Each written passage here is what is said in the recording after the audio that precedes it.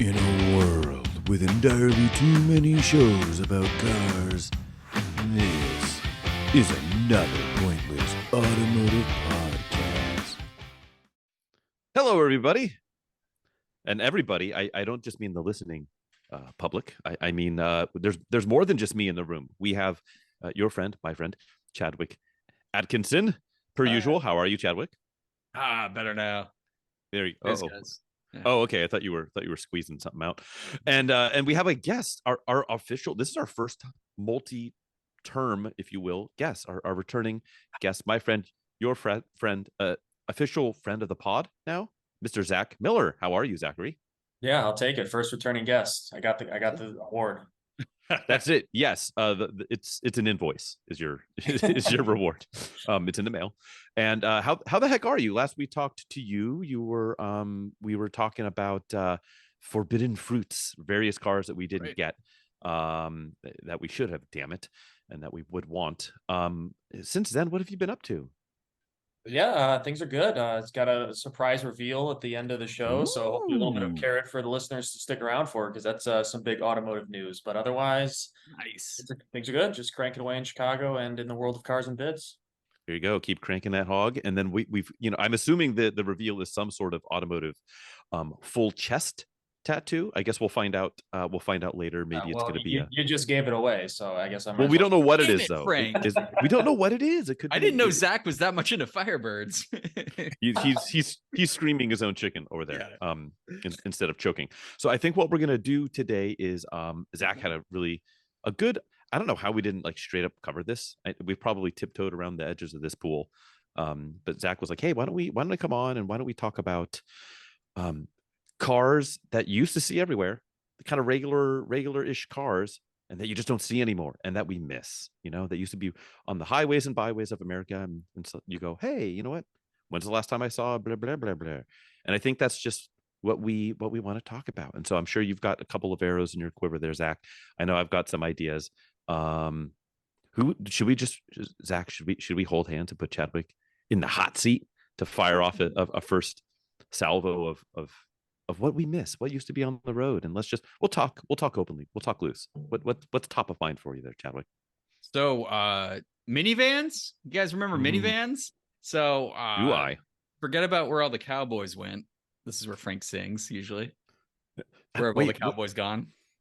Oh no, I know where have all the flowers gone. And save a horse, ride a cowboy, but that works too. But minivans, you guys remember minivans, especially in the 90s? I think they really came on strong. Early 90s, mid 90s, up until the early 2000s. Everywhere we went, minivans. Probably at their height, were 1 out of every 4 vehicles on the road. To be brutally honest, and they're fucking gone. They're gone. I know we talked about them not too long ago, but it's they all got mild lift kits and they're all crossovers now, right? That's right. Yeah, not what it is. They get high centered at off-road parks. But yeah, it's which one do you miss specifically, good sir? It's tough because I like the Dustbusters. Probably most, yeah. It mostly returned to the earth. Take my transport. Yeah, I was gonna say the Dustbusters. I remember just growing up in the 90s, they were all over. You would see them all over the neighborhood, all over every single drive.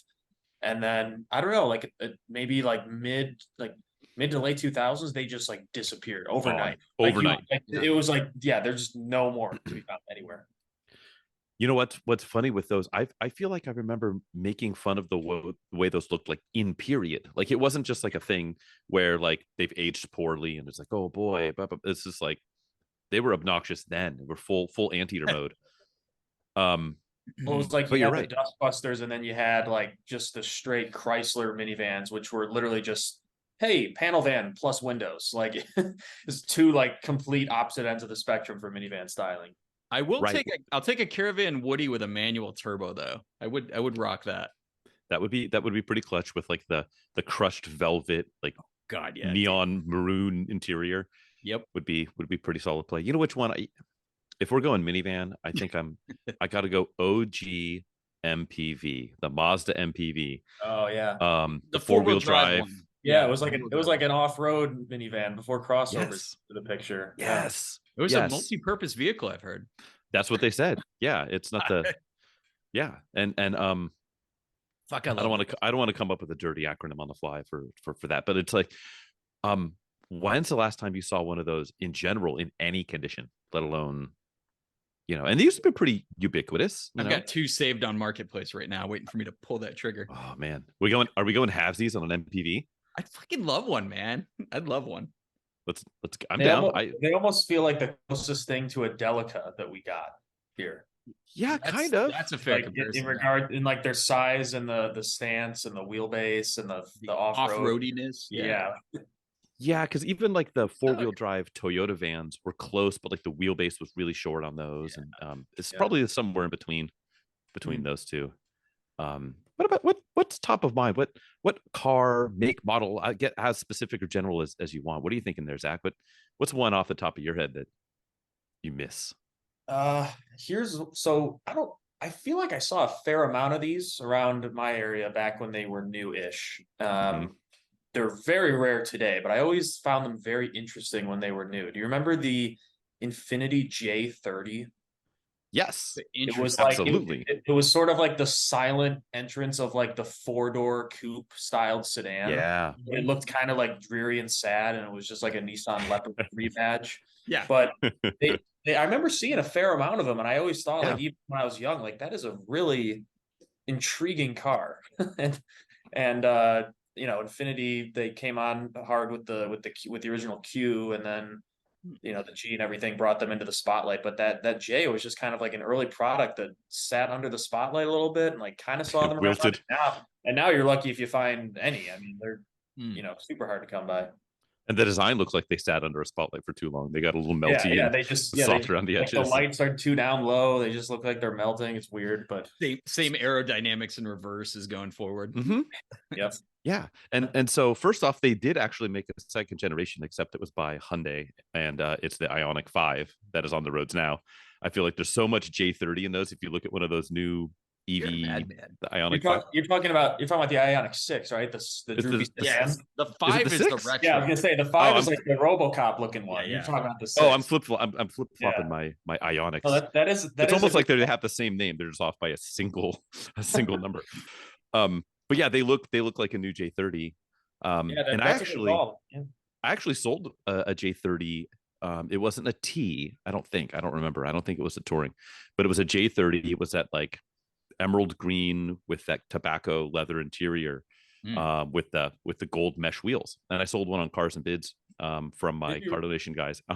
Wow, I missed that. Yeah, there was a 35, wasn't there, or were they all 30s? They were all 30s, and they all had the VG30DE, which was the V6 out of the NA 300ZX.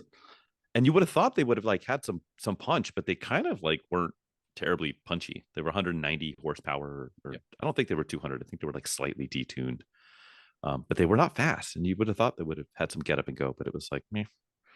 But yeah, good call. That one I sold was the last one I saw, and that was like 2 years ago. Yeah, I'm looking at it now. It's pretty. It's got the gold trim and everything. It's just it's interesting. And I think I sold it for like $3,800. It was like no money. Yet all the money for one of those. Yeah, I don't know. 111,000 miles on it. It's not bad. I assume it needs like every service, so somebody's going to spend triple what they paid for it to keep it going. I support them in that effort. You know what? Similar era, sort of similar car. The first gen, and we've talked about this car on the pod before, but the first gen Legend, whether in coupe or sedan, those used to be absolutely everywhere. And they were kept. I mean, it was a pricey car when they came out, so people look after them. And it's kind of, I've got this idea that sometimes like Hondas and Toyotas, they you can do anything to those cars and they'll last. But I feel like people treat them better when they buy them new, because or even maybe the second owner, because they're like, oh, these cars are good. If I maintain it, it will last forever. And so they get maintained, while some of the lesser, say your Dodge Neons, will be like, these cars are pieces of shit. I'm just going to drive into the ground and then go get a new one. And so I feel like that's why those cars hung on for a long time. Because they're punchy. V6 was strong, whether it's the 2.5 or the 2.7 that came later. You can get them with the manual. sedans. The coupes are pretty, like genuinely pretty, I think. Good colors, Honda reliability. But like, when's the last time you saw a nice one? They used to be everywhere. And just, yeah, probably the same time period as the Dustbusters. Boop. Gone. They gone. Yeah. And there's like the first gen Legend, I guess first gen Maxima, right? And like that era of like the first few, luxury focused full size Japanese cars. Like I feel like they had a big moment. Now it's like good luck finding one that isn't a total rust bucket. Yeah, and that's one I actually didn't think of, but used to see everywhere too. Was that like, I guess it was probably technically the third gen Maxima. Was that like 89 to I think 94 generation one, where they went from the super boxy to the more rounded boxy? That was the first front wheel drive too, right? They abandoned the rear wheel drive. The second rear wheel drive. It was the second front wheel drive, because the gen before that, like the 85 or 84 and up, was front as well. But then you can get that same VG30 DE in the front wheel drive, 195 horsepower with a 5-speed, and they cooked. I mean, those things boogied. You get the SE with the white faced gauges, and the SD SC badge on the side, the 4-door sports car. That's right. Yeah. Those are super cool. That makes me think of another Nissan. So these were sold new. A lot of Nissans on his list. These were sold new before I was born. So honestly, I can't really confirm or if they were everywhere. I don't think they were, but they seem so bizarre. Do you remember the Stanza wagon? Yes, I knew that you were going to say. Yep. Those are so cool. Were they popular at any point? Because I honestly don't think I've ever seen one, but ever since I learned of its existence, I was just like, this is the most bizarre, ridiculous wagon from the 80s I've ever seen. It looks like, I always felt like it looks like a car from a Pixar movie. You know what I mean? Like if you just took the Pixar animation and dropped that into real life, it's like the proportions of a weird animation car. I saw them around. I saw a lot of Stanza's sedans, because that was like the Ultima. That was before the Maxima, basically. It was before the Ultima. It was their midsize. Yeah, so you had the Sentra and you had the Maxima, and they put the Stanza in between, and then they had a Stanza wagon, which is the one you're talking about. Which, like, how that made sense at the time, I don't know. But they're like, that'd be like if they did like an Ultima, like minivan wagon mashup creation right now. It'd be totally bizarre. The styling, I would want it. The styling was a lot like the Honda Civic hatchback wagon type thing it had, and the Tercel. Stretched it up. Remember the Tercel four-wheel drive? The Tercel four-wheel drive wagon. Yeah. That was the wagon style of that period. So the bonkers things on those is there is no B pillar. There isn't. You open the sliding door connects to the front door, and they latch together. So if you open them both, there's just a huge in the Stanza wagon. In the Stanza wagon, it's like the ultimate death trap. Like you will die if you get T-boned in that thing. It just like shoot through. You get stoved by a car if it just like drives into the center of you. But like, I never knew that, because I've never been in one, and I honestly don't know if I've ever seen one.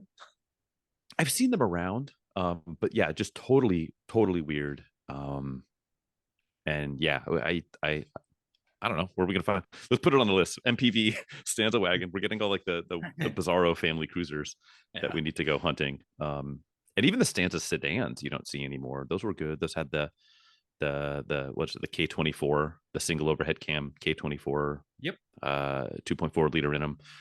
I had a buddy in high school who had a 91 Stanza sedan, automatic, white over gray, and he was one of my first friends to get a license.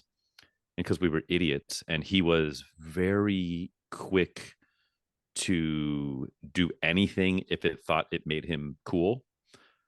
And so we would always be like, oh, dude, do like neutral drops. So all day long, like we'd after school, he'd do like 30 like red line in neutral, straight in the drive, neutral drops on this thing a day for like the lifetime of this car. And it never flinched. It would just do these awful, like throw the wheel covers off burnouts. And it kept going. I don't know where it is now, but Godspeed to the car. It's definitely dead, but dead somewhere. You got another one for us, Chadwick? What do you think? Yeah, dude. So domestic econoboxes. So when I was growing up, everybody had a Chevy Cavalier or a Ford Escort. They were everywhere, sold in the millions, of course. And everybody had one. And now it's like when we go out, we don't really see like domestic ship boxes as much. I guess the what would we say? So for the Cavalier became, let's say, the Cruise, which is a modern Cavalier, right. And for the Escort, it's the I don't even know.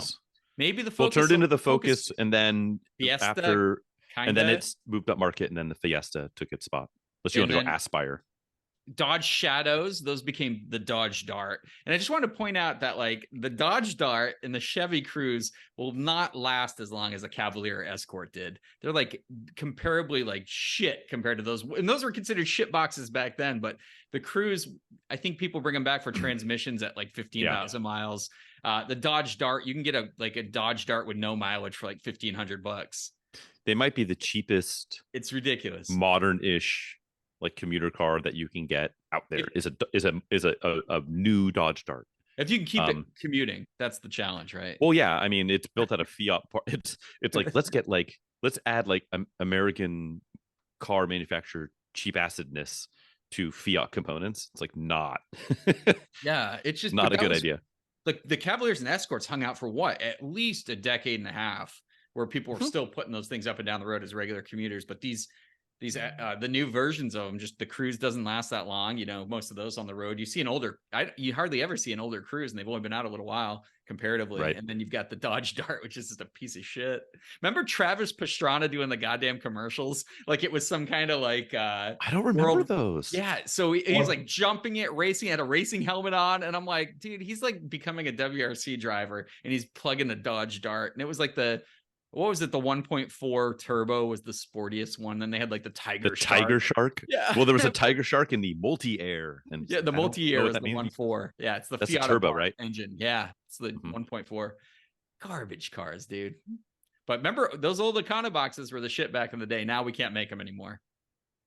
Yeah. There's got to be a way to make those cool. Because it's funny, like both of those, like, oh yeah, those are irredeemable pieces of garbage. But then if you're like, oh wait, like that same era Fiesta ST aside, yeah, unless you got the manual, they all immediately 25,000 miles shat a transmission out from underneath it. All three of those cars, yeah. Just and they weren't cool. They didn't have like a redeeming cool quality about them. They're cheap, I guess, like the old Econo boxes were, but they were just fucking unmitigated piles of turd. Wait, of those three manufacturers, should we do a fantasy shitbox draft of that era between Dart, Cruze, and the guest goes first. Zach, who are you drafting? You gotta run the full spectrum of like GM and everything back then. So you could be picking from what, like Pontiac Sunfires, Cavaliers, Dodge Shadow. Didn't they have something else small after the Shadow? Well, the Neon. The Neon. Well, I didn't name the Neon probably because that's a good fucking car. It's actually pretty okay. It had some head gasket issues, and the build quality was just it just makes me think of like the early generation of the Stratus and the Sebring and the Plymouth Breeze, like cloud car. Not horrible cars though. Not horrible. Sort of. Well, a lot of them are half Mitsubishi components and like leftovers from Normal, Illinois. So there's some redemption. I don't know. Just don't say the Chrysler 200, and we'll all be okay. You got any other ones burning a hole in your pocket there, Zach? Yeah, it makes me think of like late 90s, early 2000s American cars. So sort of like the cusp of the luxury or semi-luxury crossover phase. I remember Buick Rendezvous.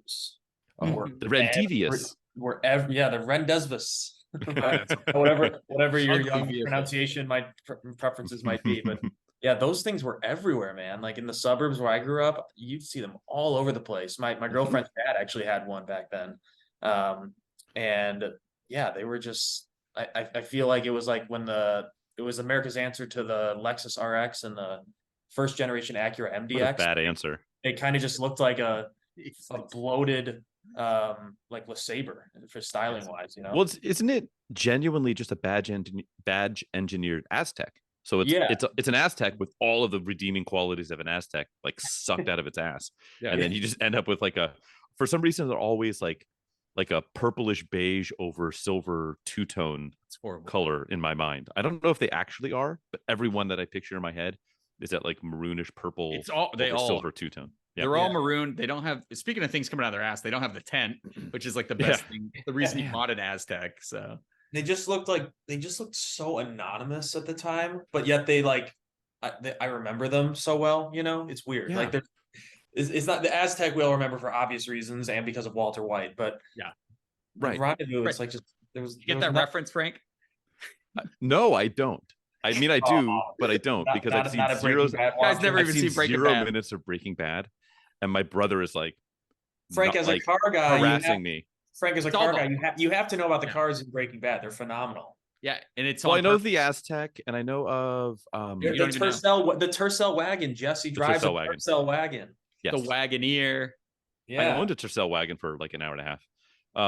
There's an MR2 in there, first gen. You got it, dude, and a Fiero. El Camino. That's genuinely the silliest reason to watch what has been like told to me by many people is the greatest single show of all time. That's the only reason you, as Frank, need to binge the series. Right. And we're going to go on a tangent here, but the writers actually they matched the characters based on their personalities, these cars and the personality of the car. So there's a lot of research done there. So as a car guy and someone that maybe likes good television, check it out. Okay, second tangent to that. Yes. Are you guys Seinfeld fans? Because there are some truly great car finds if you pause Seinfeld at the right moment. Dude, he put stuff in the back. It's been a long time. That's why. Yeah, like there are moments where you can like pause and find a yellow TRX, a Mitsubishi Starion, and it's like just lots of Saabs on the streets of New York. And it's like, I remember the stinky car was a Saab, right? Mm-hmm. What? Yeah, the car that had the smell that he bought the Saab for Killer Deal. I'm pretty sure that was a Saab.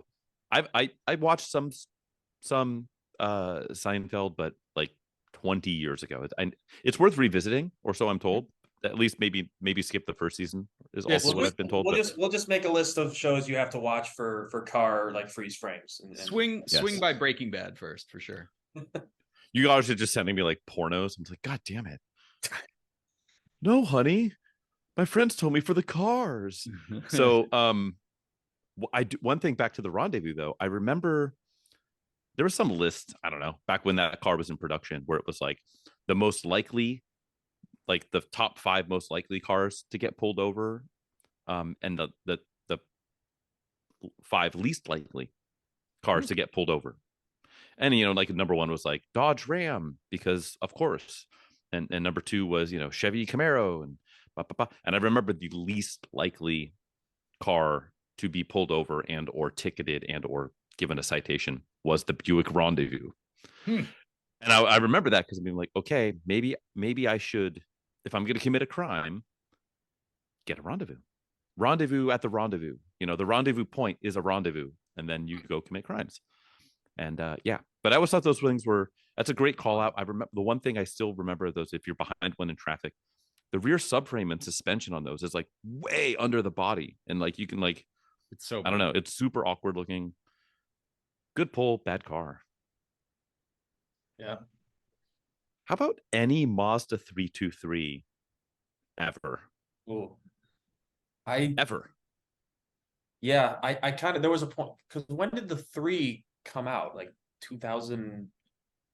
No, 2004, I think. 4 or 5. Yeah, I think it's 4. I remember seeing 3s all the time, and then I looked into it and was like, where are these 323s? Because I never, as soon as the 3 showed up, the 323s just seemed like they were gone. Well, the Protege took their space in the middle because the Protege. Oh from yeah, like you're 90, right. Okay, I forgot about the Protege. Yeah, like 92 or 93, I think, up until 03. No, I still see Proteges went back to the late 80s. So the early Proteges actually had a badge on them that said Protege 323. Oh, you're right. You're right. That's right. Super cool. Those were the late weird 80s. Transition period where they were both, and then they just super boxy, Nissan like by a Datsun style. Thing. Yeah, dude, same deal. But those early Proteges are super boxy, super cool. And then the 323 was the same, or the later Proteges, the second gen, or I don't even know how they do the generations, are the same as the Ford Escort, the Mercury Tracer. Those are all shared chassis and engines and everything, all Mazda, Yeah, but those earlier 323s. Oh, dude, they made a lot of them and they sold a lot of them. I had like a friend of a friend who had one of those, one of the 323. I think it was an 88 323, the hatchback with like the big wraparound rear Yep. light bar. And it was a bucket of yuck. I mean, that thing was brutally bad. But yeah, just I know. I'm sure there's GTXs out there somewhere because those were worth holding on to. Yeah. And I would I don't know. I would still eat a live raccoon to have like my hands on like a really nice 323 GTX as like just a really interesting car to have, like a really perfect one. I'll take a stock mediocre maintenance record one. Sure, fair. Yeah, stock is the key. Yeah. But those were cool, and you just don't see in any ilk. Proteges, I see lots of proteges actually. Those have been pretty durable. 2000 proteges, but I don't see the older ones, like those early ones from the late 80s, early 90s. That crossover, you don't see any of those. Yeah, the little sedans with the protege and like the cursive script. Such a cool car. Yeah, Mazda Speed Protege was actually would be a pretty rad car. Super cool, super rare. Did they sell the Speed in America? I don't think I've ever seen one. They did a Mazda Speed Protege. Yeah, I knew was it just the last year, or was it like 02 and 03? I think it's 02 and 03, maybe. I think it's only 1 year. I think it's 1 year. It has 160 horsepower, that 2-liter turbo. It had all like the tuner parts on it with the tuner part names on it, which was super cool. But they were pretty. You get that like lava orange color or whatever it was. Yeah, they're pretty rare. Yeah, the bright yellow is good too. That car just makes me think of like maximum tuner appeal, minimum engineering. Like just yes, like, that was that sport compact car era of the early like the Ford Contour SVT kind of playbook. Like that's makes me think of that. Which I mean, they owned Mazda at the time, so like that's pretty much what happened. Yeah, there we go. I don't know. Contour SVT kind of boogies though. Those things are I don't know. Those things are kind of whatever. Go off on another. It's like you just look at it and you're like, I feel like I could just crash into an AutoZone and make this car. You know, like you could just get a normal Contour and just like walk out with the Contour SVT. The one that really did it. Back to the Protege. Do you remember the one I know was a 1 year only was the Protege MP3, which was the Mazda Speed without the turbo and like a kicking sound system. Yeah, and it had like all this stuff, and it came with like, and yeah, and it was hopped up. I think with like 15 extra horsepower over the standard Protege, but it was like the MP3. It was like let's get this like kitschy new sound technology, the MP3 file, and like name a car after it. Like what a weird idea for a. I'd still fucking rock it. It's a good little car. Oh, yeah. Good platform. Rock it. I see what you did there. Yeah. Chadwick, you got anything else for us? How about hitting all the hits? How about mini trucks? You guys remember small pickup trucks? That's a good one. You still my heart. I was trying to talk back. Like, I mean, it was just a little truck, hauling stuff, like a small amount of stuff, going to the parts store, picking up stuff, fuel efficient, single cab, manual, usually 4-cylinder. And then today's smallest pickups are like the size of Bigfoot from the 80s. It's like nothing's really nobody makes Harry a small and truck, right? Like a New Frontier, a Colorado. These are all like massive compared to these trucks. Like I'm thinking like the S10, right? I'm thinking let's see, Mitsubishi had a really cool one, the Mighty Max. Mighty Max. Mazda B2200. Yeah, the B series, the OG, the pre Ranger B series. You had the Ranger, you had the Toyota. Honda never made one, which is a shame, or at least not stateside. Yeah, it's just these things were totally functional. There were a Plymouth lot of them Arrow. around. Yeah, I mean it was a good truck. It had a use case and everything, and they're just no one cares about it anymore. We just want like these big fucking behemoths. Yeah, the Mighty Max was one that always I adored. I think just purely based on the name. Like whenever I learned of it, I saw it and I was like, what is this tiny little truck? It's called the Mighty Max. Oh, how aspirational of you, Mitsubishi. you know what gives it a run for its money? The Isuzu Pup. Oh yeah, the P up. The Pup. Yeah, it was like Chevy Love. The P up. Yeah. Same. Yeah. And wait, did you say Mighty Max or Dodge D50? Right. Right. Oh yeah. Or Ford Courier, or Dodge, or Mazda B1800 or whatever. Yeah. Oh, your garage kitty's back. I see it. It's going in your house. Nichols, she'll come running. Oh, garage kitty. Poor radio. Excellent. Just another reason for you guys to watch on the YouTubes. She hears all these voices and she's like, what the fuck? Oh, coming back for more. Baby. Here she comes, coming in hot. Yeah, mini trucks. Like, what's funny is, so what the closest thing in the market today is probably what, the Maverick? Ford Maverick, yeah, which is by all accounts a good truck. There's small stuff like south of the border, like in Mexico, you can get those like like the Chevy Tornado, I think it's called. It's basically just a single cab, tiny little thing. We could have gone Tornado or something, but they didn't. Yeah, like the Tornado, the El Hombre. There's other Yeah, ones too. these Hombre. Yeah, South America, I think they have some stuff like that too. We have the Hilux. The Hilux is around South America. But like if you're stateside, hello Kitty. If you're stateside, what is it now? So you go like Maverick. I feel like people either go out and they go, okay, yeah, and it's like because then if you get up to Ranger in Colorado and Tacoma, I don't even think you can get any of those in a single cab anymore. Like I don't think you can get a Tacoma single cab. They're all double cabs now. Can you get anything in a single cab? Probably like an F-150 or a Silverado, and just like the base work trucks. Just the basic work trucks, yeah, but they're huge in size. Yeah. There's nothing like the old mini trucks. It's insane, which is crazy because I think they could actually sell pretty well. Like absolutely, they would. Very low price point, very strict, more pared down. I don't know. If Toyota reintroduced a smaller than a Maverick, and called it the Stout. That's what I was going to say. Call it the Stout. You bring back the Stout, and you have with today's craft beer craze, the Stout will sell incredibly. And you bring it back, you hybridize it, right? Maybe Prius running gear. And you get like don't do that, Frank. 6 miles a gallon. No, basic an efficient cylinder, a 5-speed manual, single cab. Yeah, I was gonna say they got to take a page out of the 4Runners playbook and just make it 15 years behind the time and keep it the same forever. They'll probably sell a ton of them. Dead nuts reliable, just simple truck. I don't know. Yeah, I can see that. They could do or you do both. You do both. You build the chassis. If you build it, they will come, right? Like you have the rugged individualist edition with the the gas, the dead dyno burning one, and a 5-speed and a 6.5-foot bed and a single cab. And then you do the hybrid one where it's the same shit, but you get 50 miles a gallon and you charge a huge premium for it. Because that's the way you actually get it built, right? But yeah, I don't know. We need to bring. I like we started talking about like regular ass cars that like we don't see anymore. And we're like, we've never seen this one, and we want it. Right. Yeah. No, that's good. Zach, you got anything else? I feel like we can play this game till the end of time, but I'm okay with that. Yeah, I'm just thinking about stuff I would see all around my neighborhood now. So definitely the Chevy G Series vans. Specific, I don't think I ever like the G20, like the custom.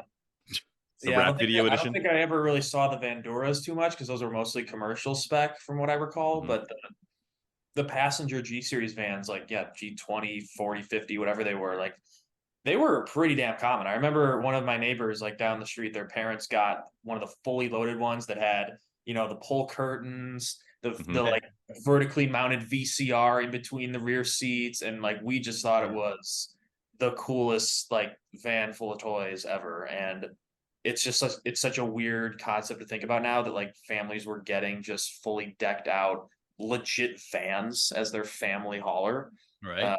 With the big spare tire mounted on the back, covered in chrome, and the chrome running boards, and like it. Yeah, that was a staple of the 90s.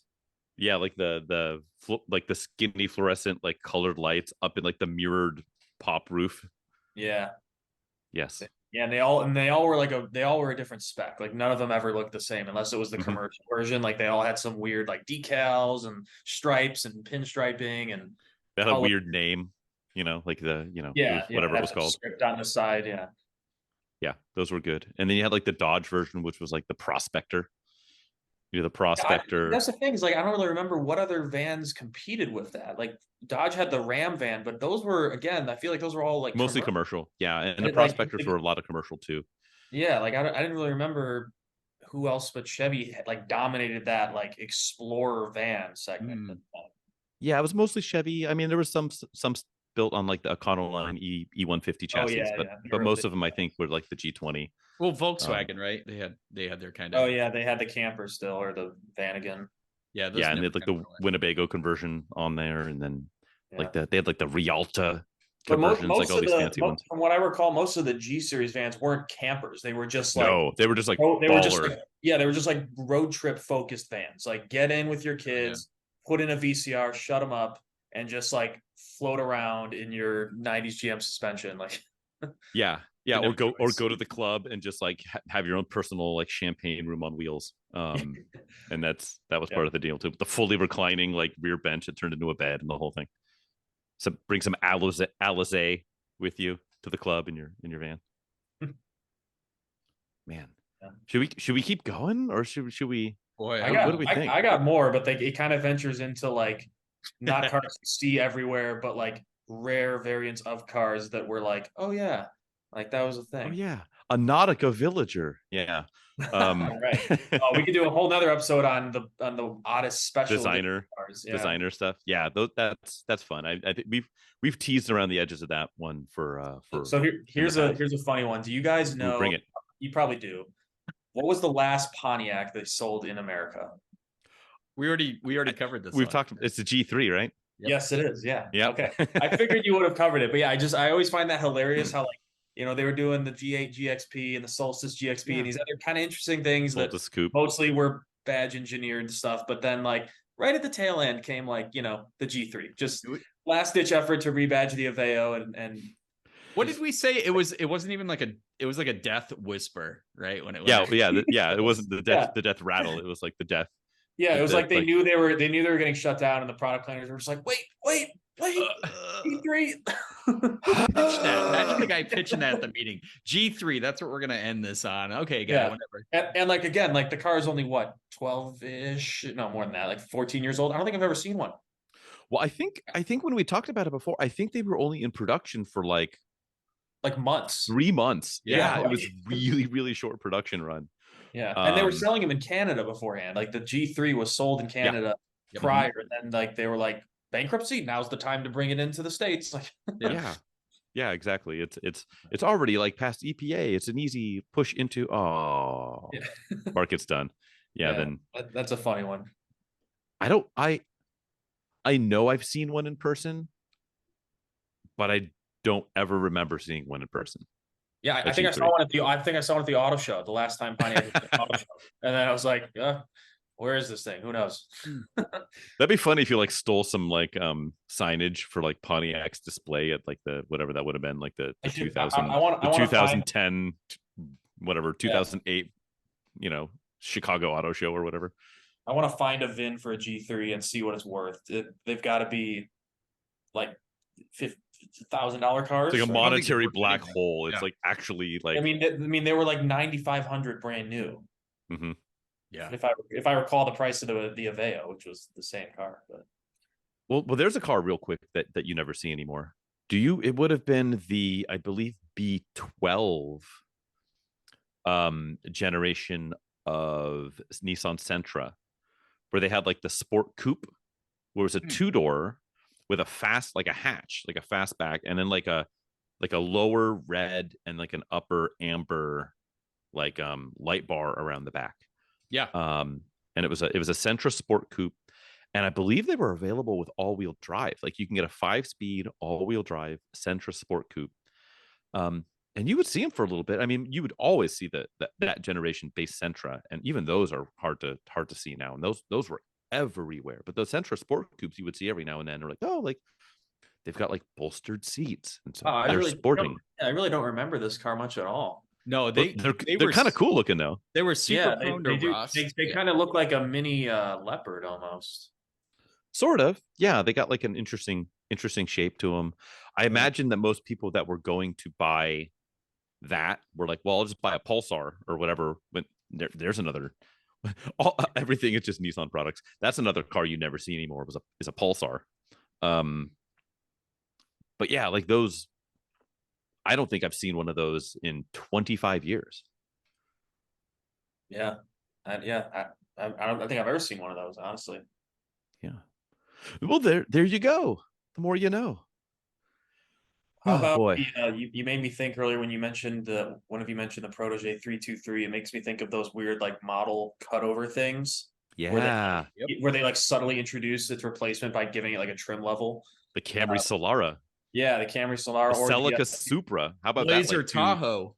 Or Blazer Tahoe is a good one. Or do you remember the Pathfinder Armada? Yep. Yes. Yeah. Right. I do. Yeah, the Pathfinder. Those were always just like the only thing worse than those are those early Q56s.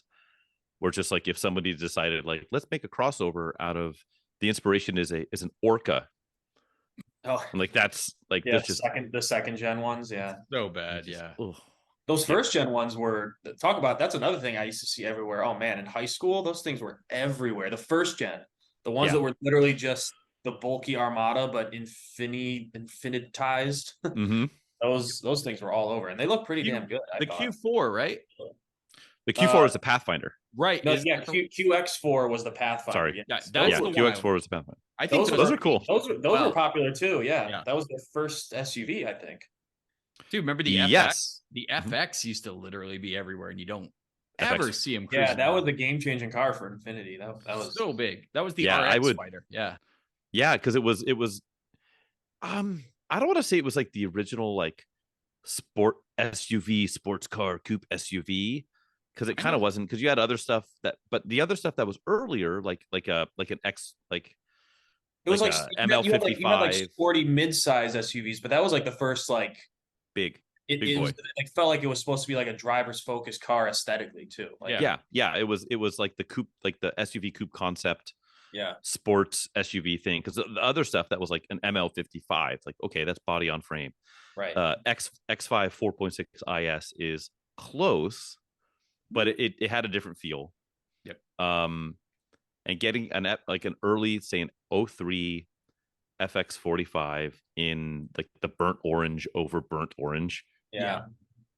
I want it. Infinity had that small blip like in the early to mid 2000s where they were putting out some killer designs and great cars, like the original G35 coupe and even the M class was pretty solid.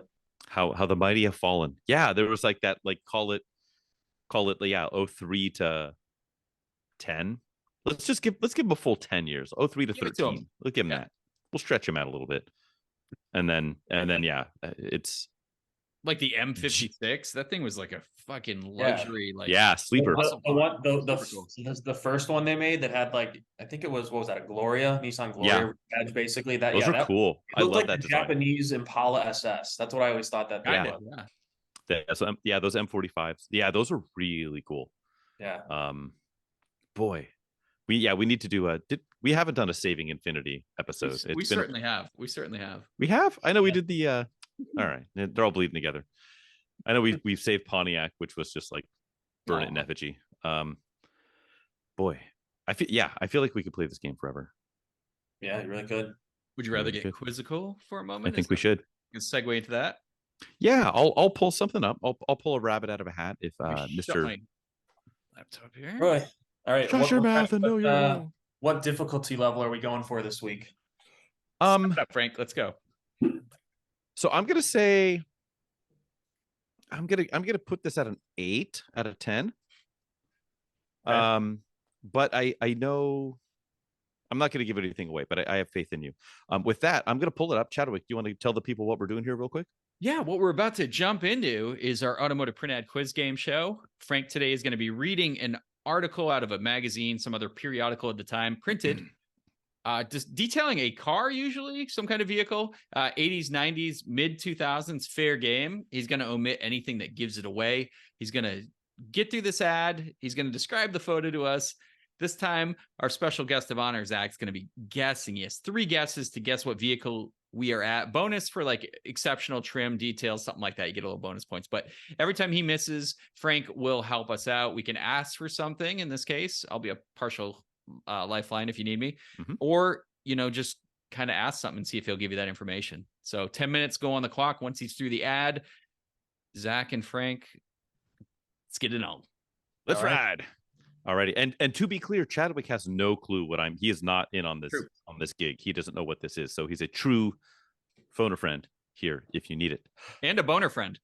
And when in Rome? I guess it's more Greek. Anyways. Yeah. All right, here we go. So what we have this is a 2-page spread, if you will. Mm-hmm. The text is in the top half. The vehicle in question is the bottom half. It's almost a straight on driver's side profile view, except it's canted at, like, I don't know, call it 15%. It's in motion, so we're motoring down the highways and byways. All right.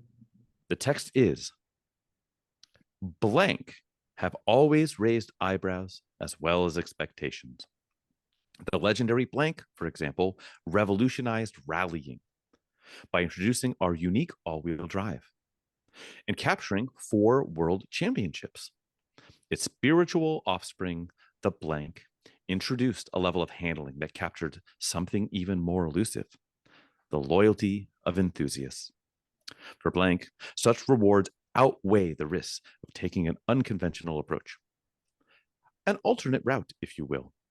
And that pursuit of individual excellence finds fresh expression in the latest incarnation of the blank, the all new 20 valve blank, a car that blends race bred wisdom with real world practicality.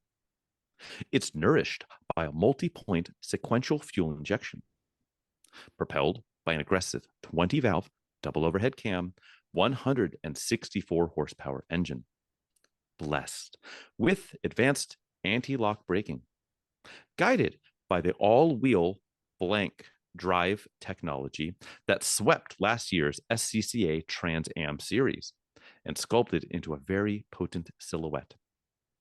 Yet, for all its undeniable sportiness, the blank is eminently sensible because it translates powerful performance into responsible behavior.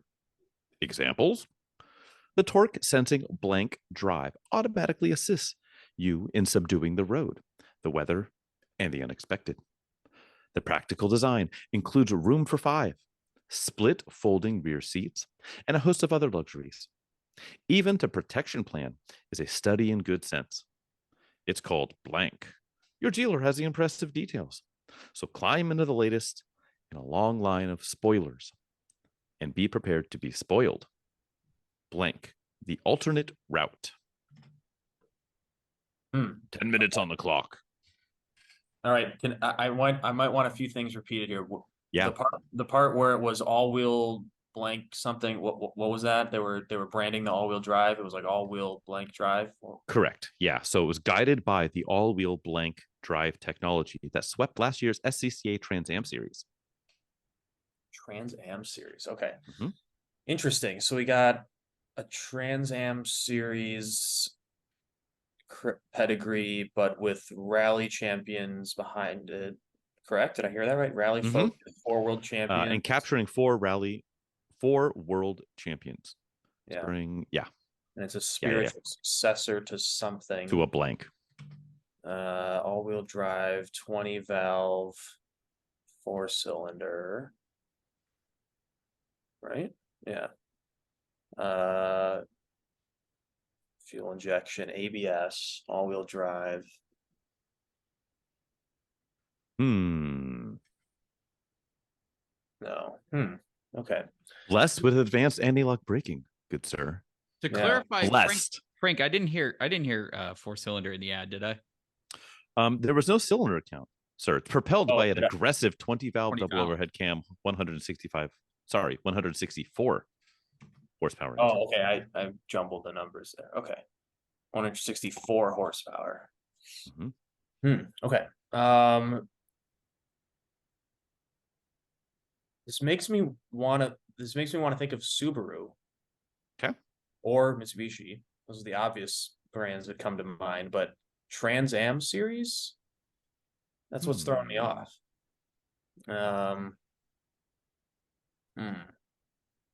ABS, all-wheel drive, room for 5, so we're most likely talking about a sedan. Or, probably sedan. There is nothing about era or time specified, correct? No, not specifically, unless you're really up on who won what would have been last year's SCCA Trans Am series, and like other call outs about like anti-lock brakes and whatnot, multi-port shout outs about multi-port fuel injection.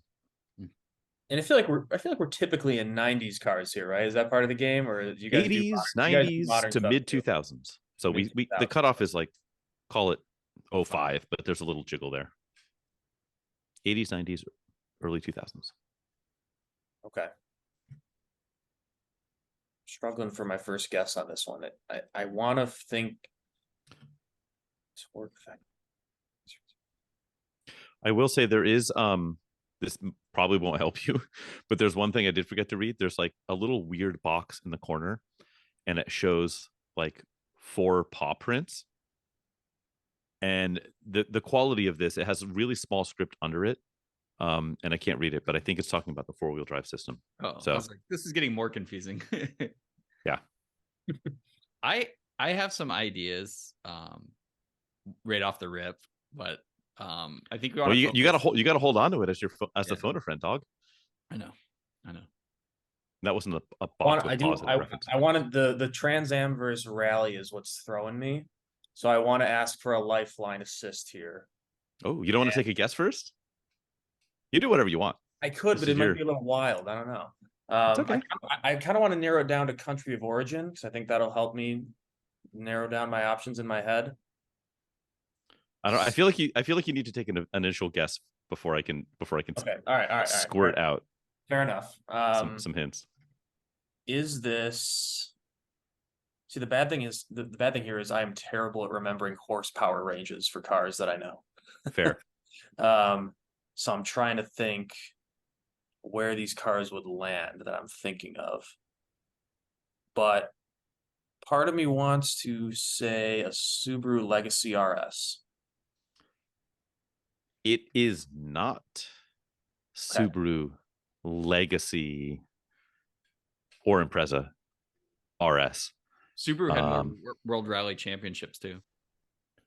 Oh, look at this guy counting his That's why I well, was it depends. I guess it depends on when you would have asked when they had the championship. That's what I was thinking about the time. So I was like, if it's modern, then yeah, way more. But if it's like early 90s, they had a lot early on around this time too. Did Subaru do a 20 valve in any of their EJs? No, they would have mentioned. They would have mentioned turbo. I bet too. Probably. Okay. All right. Now, can I ask for country of origin? Oh boy. Ooh, does he want to give it away? Okay, it's too big. If it's too big of a giveaway, I can think of a different lifeline. It's pretty big. How about this? How about I tell you it's what if I just exclude Japan? Okay, it's good enough.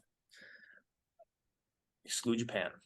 So, rally championships for 5 people, 4-door cars. You have roughly 4 minutes.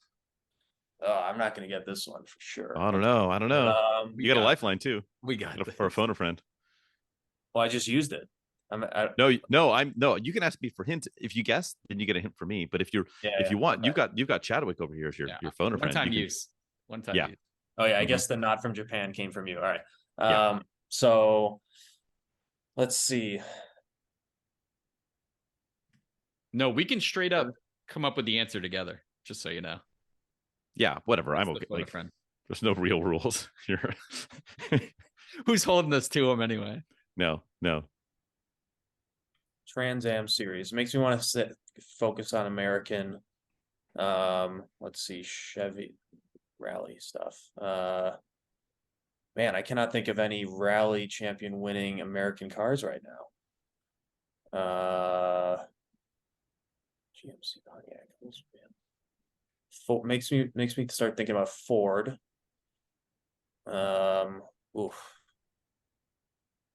Ford in the 90s. What are we talking about? And for what it's worth, this is an American ad with a vehicle that was sold in America. Yeah. So don't go Ford Europe on us. Yeah, there'd be lots of options over there then. Man, I don't know. I'm gonna need Chadwick to step in here. What do you think of Chadwick? Let's do it. So right off the rip, I kind of gravitated to it. Think of what car make plugs in, like Subaru was the right line of thought, right?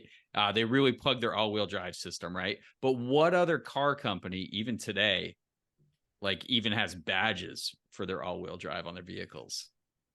You know, so that's a big deal. And then don't worry about Trans Am. Think rally. Like we're this company. I don't know how good you are with rally, but it's a very interesting engine too. That's why I clarified that cylinder count. That makes me think Audi. based on badging and rally and Trans Am, if I'm not mistaken. And 5-cylinder engines. Approximately 2 minutes. Audi. Screw it. Audi RS2 Avant. It is not the Audi RS2 Avant. You are dry humping the right tree, though, my friend. Yep. That wasn't sold. Boy. Let's see it. Yeah, I feel like it's Audi because they're if we're in the ballpark, they're the one that brand their all-wheel drive systems the hardest since inception. So Going back before the RS2 though. Before the RS2, okay. I'm pretty sure I know. I can actually picture this car because I freaking love it. But yeah. It's making me think of what I guess because the RS2 was the performance version of the 90 Avant. So before that, you had the 80, right? Audi 80, I believe, was their entry level in the States at the time. I will give you this. There's not a number in its name. This is our last guess, right, Frank? Yeah. Ooh, not a number. Yeah. So approximately 1 minute. Audi, their naming convention was literally became their all-wheel drive moniker. They actually we're literally talking about the Audi Sport Quattro. Maybe you'll have to ask this guy. He's got the ad in front of him. Okay, hold on. World Championships, room for 5-cylinder, obviously. Yeah, room for 5 in quotes, of course. Split folding rear seat. I will say the Quattro Coupe, not necessarily the Sport Quattro, because that's the highly limited one and the coveted example. But there was the normal Quattro that was bigger. Still called Quattro, 5-cylinder. You're pretty much right up against it at time. So you said Quattro Coupe. Is that your final answer, Bob? Quattro Coupe. Let me do that. The new 20-valve Coupe Quattro. They called it the Coupe Quattro, not the Quattro Coupe. But effectively, that is it. You managed to arm wrestle this goddamn plane to the ground and land it successfully, my friend. All right. Let me see. Oh, I have this one saved. I have it saved on my computer. I don't have it. Son of a bitch. But yeah, that would have been like the B3 generation. Which we got here. I think they did an S2 coupe, but we never got it. We just had it as like the, similar to the 90 series, I guess. Yeah. But in coupe form. I like, it was a shame to admit, I don't even think I realized until very recently in life that there actually was a normal coupe Quattro. I always just thought of the Sport Quattro, the legendary one. And then as I got more into the rally lore of Audi, then I was like, wait, there was an actual bigger, like it was the one that was basically the big, like room for 5 kind of threw me off because it always looked like it was just basically it's not room. There's room for an actual rear bench in that. It has a back seat. Yeah. I'm trying to find when did they make that car until? Like it was. I don't think we got it here. I think this ad, it doesn't have a year, but I think it's 1990. I was gonna say early 90s is when these things were out. I thought the Quattros were all done in the 80s. That's what was throwing me off. Well, sort of. You're thinking we had the Coupe GT and then the original just Audi Quattro. And that was the generation before this, the super boxy ones. This is the more round. Okay. This is the more rounded one that was off of like the Audi 90 sort of. Coupe Quattro. Look up like 1990 Audi Coupe Quattro. I'm trying to find the specific ad to kick over to you guys. Oh yeah, okay, I got you. Yeah, because this is like taillights, right? This is what they made the S2 out of, right? Yes. Yeah. Yes. Okay. Because I love the S2. I guess I never really remembered that the base model was called the Coupe Quattro. It was just an NA 2.3. Oh yeah, so this thing inline 5 with 20 belts. This thing had a much smaller back seat than I was thinking. I was thinking about the 80s boxy one that had a bigger like rear glass hatch. That's why I clarified that at the beginning when you said 4-cylinder, because I'm like, I don't think that's gonna work. Because that would have sent us. I just like made that up in my head, I guess, while Frank was talking about the. I mean, there's a lot of like 4-cylinders of the era that would like tout hey, it's a 20 valve, more valves, more Right. fast, Put 'em in or there. whatever Yeah. the logic was. Yeah. Yeah, that's a good one though. Cool car. I always liked the S2 because it was like the closest thing to I guess an S4 before the S4 came to be. So yeah, I wish there was a way I can like whiteboard this whole thing and send it over to you guys, but I'm not gonna break the podcast by like alt control deleting my computer trying to show you this ad. I'll get it to you later. But very cool. You know how I think we should celebrate? Oh, surprise us. I think we should celebrate by just absolutely just injuring ourselves with PCP. And so I think I know Zach had something that he teased earlier. I think he should go last Our because mostly mine. Our legal counsel would just like to point out that that's Project Car Progress. Oh well, that's less fun, but I suppose we can manage. Jesus. So why don't we do this? Why don't Zach? You'll go last because I think you've made more progress or anti-progress depending on how you look at it as compared to the rest of us. Chadwick, have you done anything remotely positive in your automotive? Yeah. Real quick, I just finished up on the NX brakes, like completely doing the braking system over. The pads were way lower. I thought they were pretty low. They were like less than 10% in the front. The backs were super meaty. They were recently changed out, which was interesting why they left the fronts like that. You never do that. It's always the other way around usually. But did that. The brake fluid was like a medium roast coffee, not like super dark, but definitely pretty dirty. Arabica. New pads, rotors, even paint the calipers by hand afterwards. Just you go bright yellow? What'd you do?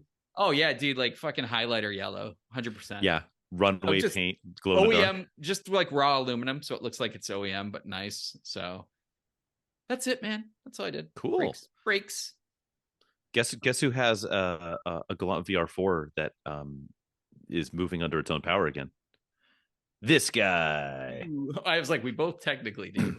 But... So, this morning, at the time of this recording, So I have a friend who dropped off her 280,000 mile Eurovan camper with me to sell for her because why not?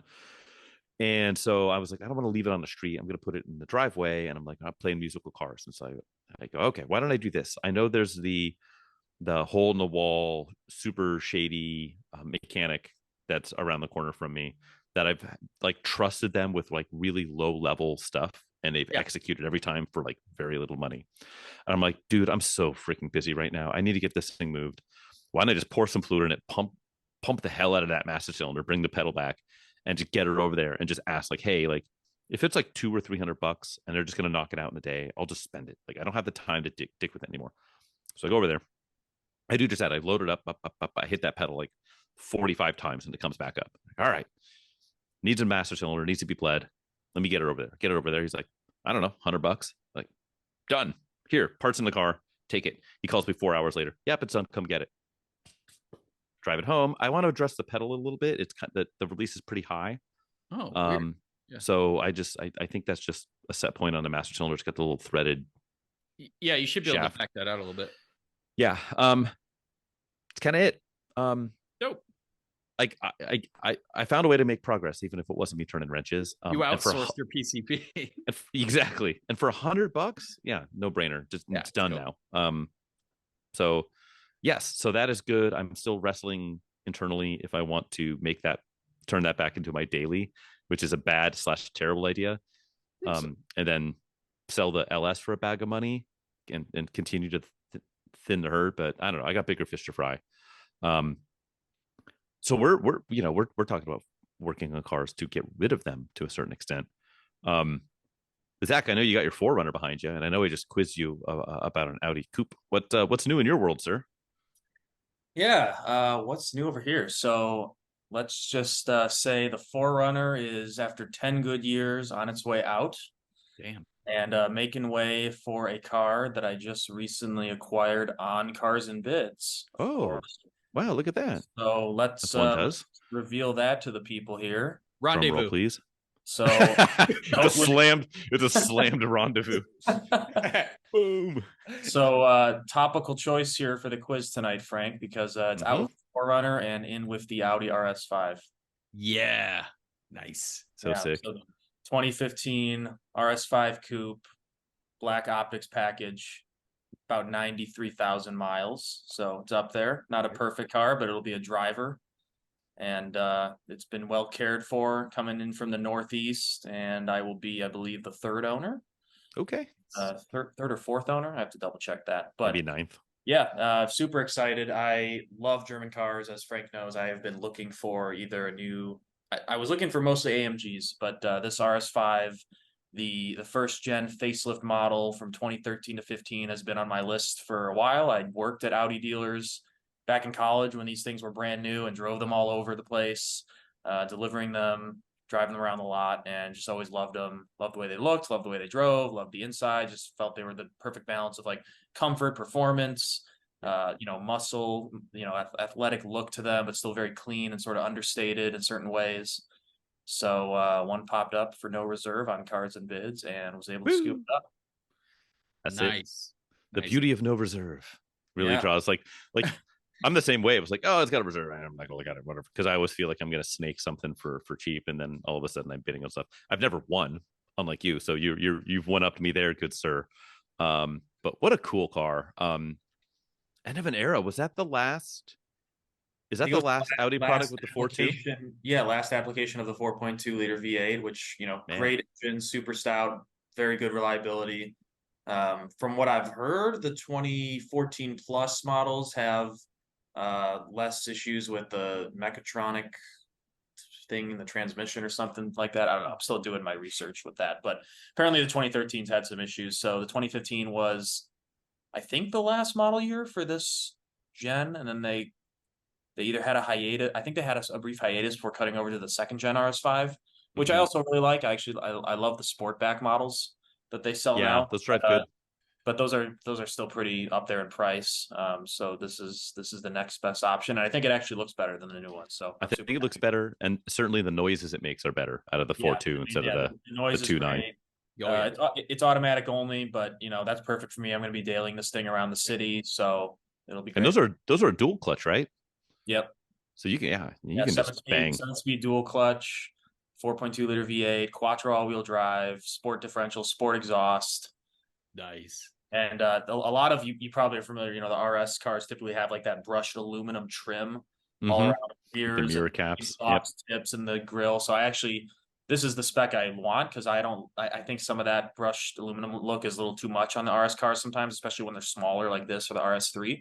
So I love that this one has the black optics package, because it's just like exactly how I'd want it. The wheels on the pack aren't my favorite, but they are pretty cool. I think I'd still rather have those like graphite RS wheels that you probably think of from the press photos.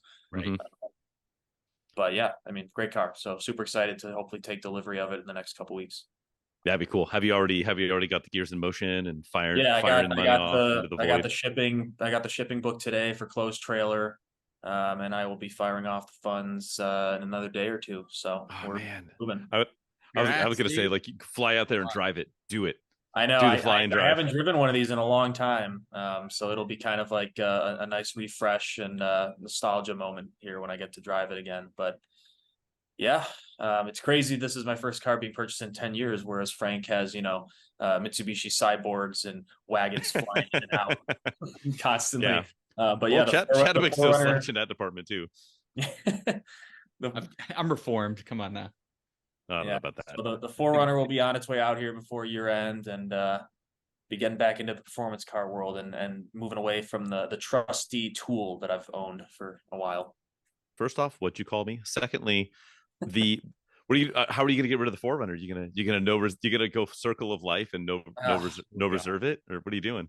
I could squeeze it in there, man, but it's rough, dude. It's got too much of a Midwest underbody. I'd get demolished. Comments. Especially looking at some of the 4th gen models we've sold and that we actually have on the site now. It's Cars and Bids. As good as it looks on the outside, it's not going to be the place to sell it, unfortunately. I wish that weren't the case, but I will just have to cut it loose on Facebook Marketplace or something locally. And I really don't care what it goes for, as long as it's going to someone that is, into Toyota trucks and appreciates it and the maintenance I've put into it, like, I'll be happy. So nice. I feel like some that would be something like a douchey Atlantic City bro would say, but like, yeah, man, she looks good, but she's got a Midwest underbody.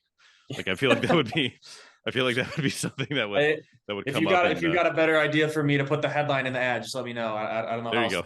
I don't know how else to disclose it while still getting enough interest. Yes. Well, hey, whatever. Find a home. That is a genuinely cool car. That we've talked about like just kind of sort of underrated motors in the past, and that 4.2 V8 is a really good one, and that's like the ultimate iteration of a long storied motor, and a sharp looking car. The original Audi engine, correct? From when the R8 first came out, the V8. The Audi V8, yeah, and reiterated into what 450 horsepower that thing. Yeah, 450. Yeah. Nice. No, that'll be a lot of fun. So, what's your first mod, dog? You gonna slam it? You gonna truck nuts? You know I'm a stock guy.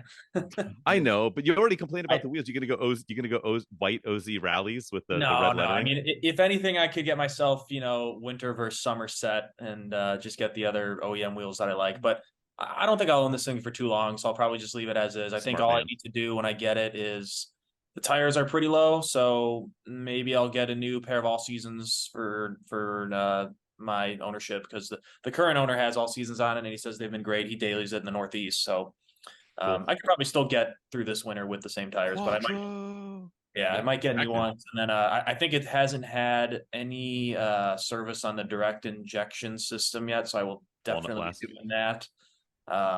And then whatever other little things might have to be done to get it up to my standards, but otherwise it looks ready to roll. It's already got front PPF, which is perfect because I would want that for any car of this caliber that I'd be buying. So it's pretty much ready to go.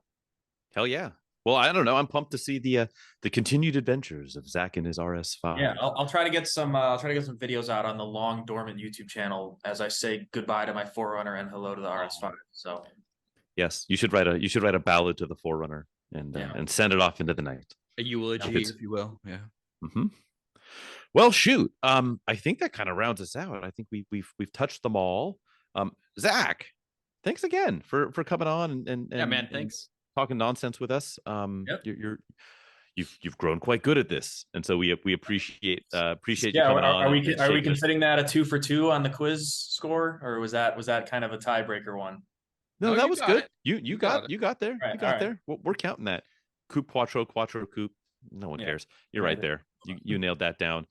So thank you, Zach, for coming along, and thank you, dear listener, for playing along at home and listening to us three dudes banter on about nothing. So if you want to continue to pay attention to this and follow along, outside of however you're listening to this now, we're on the YouTubes. That's another Pointless Automotive Podcast. We have a pseudo-abandoned Instagram page at APA Podcast. I am someone that you shouldn't pay attention to in life and outside of that. I'm the Photographer's Garage on most of the things. How about you, Chadwick? Where can you be found? Just curious where people follow you outside of life, like the afterlife. That's deep, dude. I'm gonna mail you a Ouija board here, sir. Please do. Follow Frank. Auto Obsessive Garage for all your rescues, restorations, reviews, that kind of stuff. Mostly 80s and 90s stuff, turd boxes. Also on Instagram, mostly on YouTube though. And Zach, do you have a personal kind of place where folks can tune in, follow your action? Hopefully some content with this sweet car you just acquired. Yeah, my social footprint's pretty small. I mean, you can find me on Facebook and LinkedIn, but you can find the Auto Committee still on YouTube, my long dormant and super amateur YouTube channel. That we know that well. We actually had some activity earlier in this year because I posted my ring taxi lap in the 992 GT3. So there is something posted that's current, but I will probably get some equally amateur videos out there for the 4Runner and the RS5 at some point this year. And of course, find me to talk about all things cars and bids on LinkedIn and Facebook or through Frank. And hey, I probably should conduit. I probably should get back on the Instagram these days with everything going on, but that's yet to happen. There you go. Well, cool. Yeah, people will follow along, and you know what? The amateur thing, people are really into the whole amateur category. So I think you're fine. I think you're doing good. Yeah, we'll want to see more. Chadwick, quit shaking your head. And you guys are over 100 episodes now. You've reached that first milestone in the amateur growth trajectory of a podcast. That's right. Yeah, we're exactly. Because we're not regulated. We can put out as much bullshit as we want. That's right. Yeah, exactly. Yeah, we're not governed here. FCC what? So thanks everyone for tagging along. Thanks again, Zach. And until next time, happy trails. Take care, guys. Yeah, thanks, guys.